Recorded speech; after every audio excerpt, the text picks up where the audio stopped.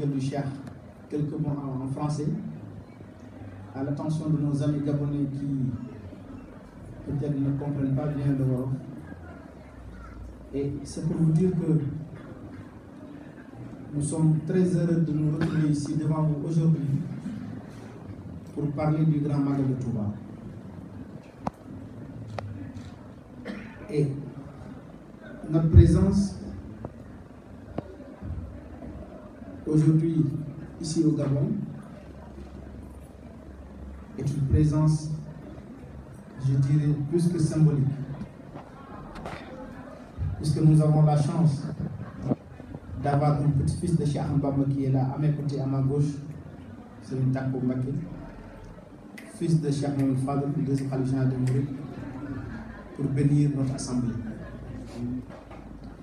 Et c'est sa présence qui me rassure, d'autant plus qu'il a le même rang que le khalife général des Mourides que nous avons ici à Touba. Il a le même rang que Cheikh Mouhamed Bachir, son porte-parole, que nous avons envoyé ici pour venir nous enquérir des préparatifs du Magal de Touba que vous effectuez depuis quelque temps. Et d'emblée, je dois dire que je suis rassuré et conscient que sa présence n'est pas due au hasard. Elle n'est pas due au hasard parce que c'est son père qui avait demandé à l'ensemble de la communauté mouride de se retrouver à Touba pour célébrer le Magal. Puisque comme vous le savez, avant cela, du temps de Cheikh Ahmadou Bamba et du temps de Cheikh Mouhamed Moustapha, les Mourides célébraient le Magal, mais chacun de son côté, là où il habitait. Et donc c'est Cheikh Mouhamed Fadel qui a demandé à la communauté mouride de se rassembler le 18 Safar de chaque année pour célébrer le Magal. Donc si on est là pour parler de cette célébration du Magal et qu'il soit là à Libreville, je pense que ce n'est donc pas un hasard. Notre présence, comme je le disais, donc c'est pour nous enquérir de l'état d'avancement des préparatifs du Magal de Touba. Depuis quelques années, nous organisons des conférences à l'extérieur du Sénégal. Nous en avons organisé à Paris, à Milan, à Montréal, à Madrid, à New York. Et l'année dernière, on a été en Europe du Nord, à Copenhague, au Danemark. Et cette année, nous avons choisi donc le Gabon pour abriter ces très grandes conférences pour vulgariser l'œuvre de Cheikh Ahmadou Bamba, pour faire connaître le Magal de Touba, qui aujourd'hui est, je peux le dire sans me tromper, l'une des manifestations qui rassemble le plus de musulmans au monde. On est maintenant à plus de 4 millions de personnes qui viennent assister au Magal. Et je pense que c'est assez considérable. Notre responsabilité en tant qu'organisateur est donc de faire en sorte que partout à travers le monde, que les gens puissent connaître le Magal, que les gens puissent connaître le jour de 18 Safar, que tout le monde puisse communier avec nous le 18 Safar et que donc toute l'humanité tout entière puisse bénéficier des bienfaits de Cheikh Ahmadou Bamba, qui est un don de Dieu, comme l'avait chanté Cheikh Sidy Bamba. Et le choix du Gabon n'est pas fortuit, puisque, comme vous le savez, Cheikh Ahmadou Bamba a été exilé ici pendant plus de 7 ans. Il a subi bon nombre d'exactions sans broncher,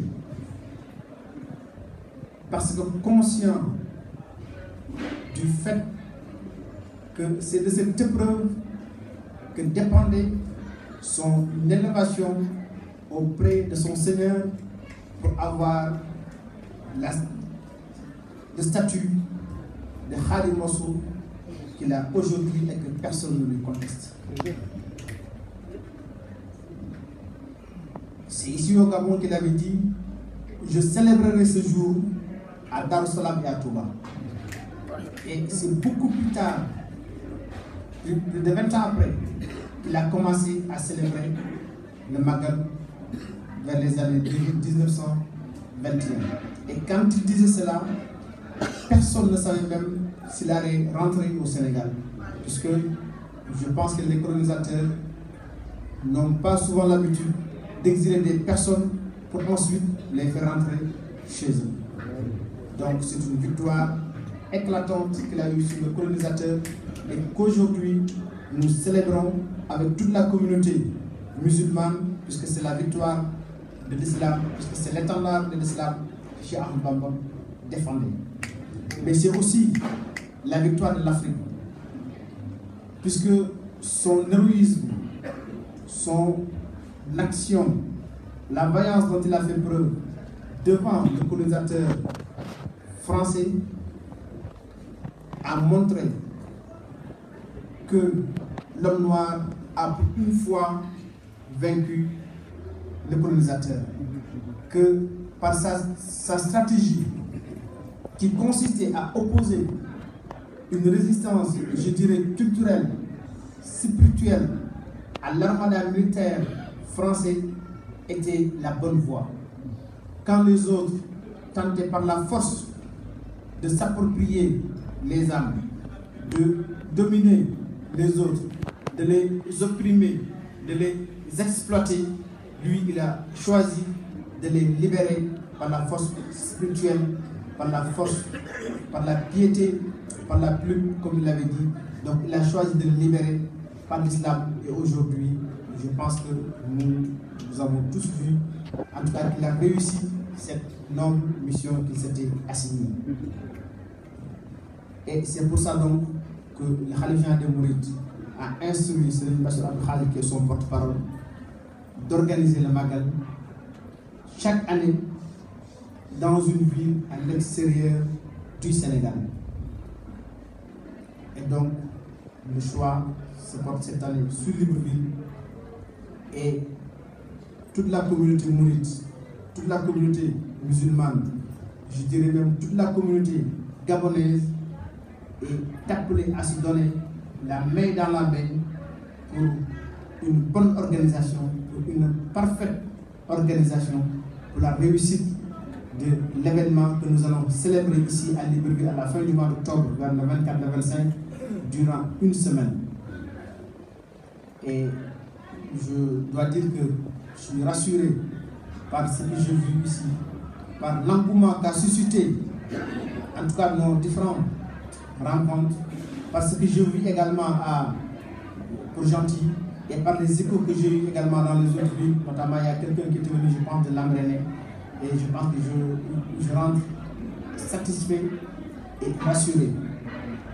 Mais le chemin est encore long. C'est sur la bonne voie. Le chemin est encore long, parsemé d'embûches, encore des obstacles à franchir. Mais je pense que si on se donne la main dans la main, et je crois qu'il n'y a aucune raison que nous ne réussissions pas cette mission que la Région des Mourides nous a donnée.